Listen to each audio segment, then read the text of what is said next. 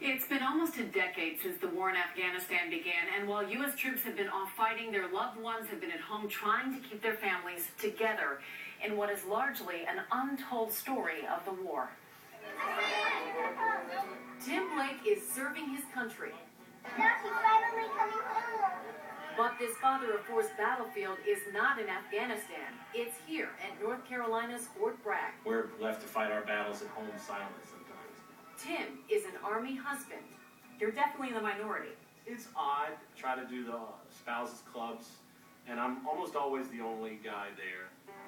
Despite being the odd man out, Tim is just like many other Army spouses, finding comfort in camaraderie at home.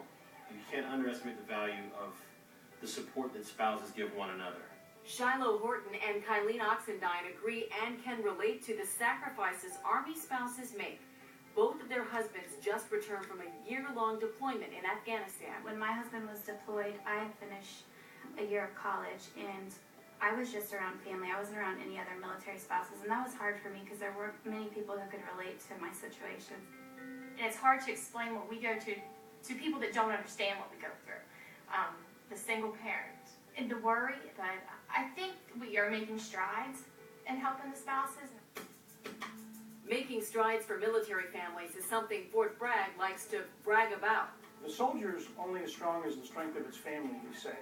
So we offer these varieties of services and special programs through the Army Family Covenant that, quite frankly, makes their life bearable in these times of stress. Home to the Airborne and Special Operations Forces, Fort Bragg is one of the most combat-ready and active military installations in the country. With more than 35,000 living on post, it's a city within itself, equipped with its own primary care hospital, school system, and child developmental centers. We provide care for over 1,400 children at Fort Bragg every day. And there's plenty of new kids on the way. The baby boom is ongoing. We're generally between 250 to 300 deliveries a month, and it has maintained that rate for a number of years. In addition, Fort Bragg also offers a wide range of activities on post, from rec centers to restaurants, shopping centers to golf courses, and there's even a year-round skating rink.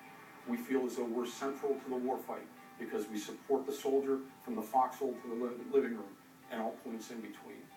And while the military prides itself on its support system, it's still difficult for those who are left behind, waiting and hoping for their loved one's safe return. Your spouses have all been deployed in Afghanistan. It's a hot spot. It's in the news a lot. Do you shield your children from those news reports? I've shielded my kids. I mean, my oldest is just about to turn 9, so I have younger children. I don't want it to bombard him, but I'm not going to hide it from him either. I mean, he knows, if we go for long periods of time without a phone call, without an email, then he knows something's going on. He's coming. You see it? How do you describe that moment when you see each other after they've been deployed for 12 months? There's no way to describe the bliss and the happiness. I cried. I do too. Cried. You can't.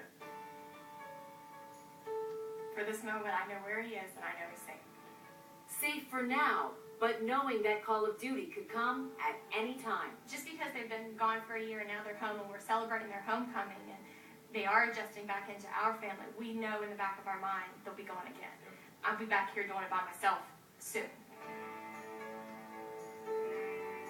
And we want to give our thanks to the folks at Fort Bragg, including the soldiers and families of the 16th Military Police Brigade. I mean, these are strong soldiers at home because some of them have 4 and 5 children, and anyone who's a single parent out there knows how difficult that is. And also worrying about your spouse at the same time. I was one of 4 in a So you military know. family. I remember when my father was in Vietnam, my mom holding the fort. Not till you get older do you realize that was tough. Yeah. Quite a sacrifice. I'm glad you gave them the tribute they deserve. We'll be right back. But first, this is Today on NBC.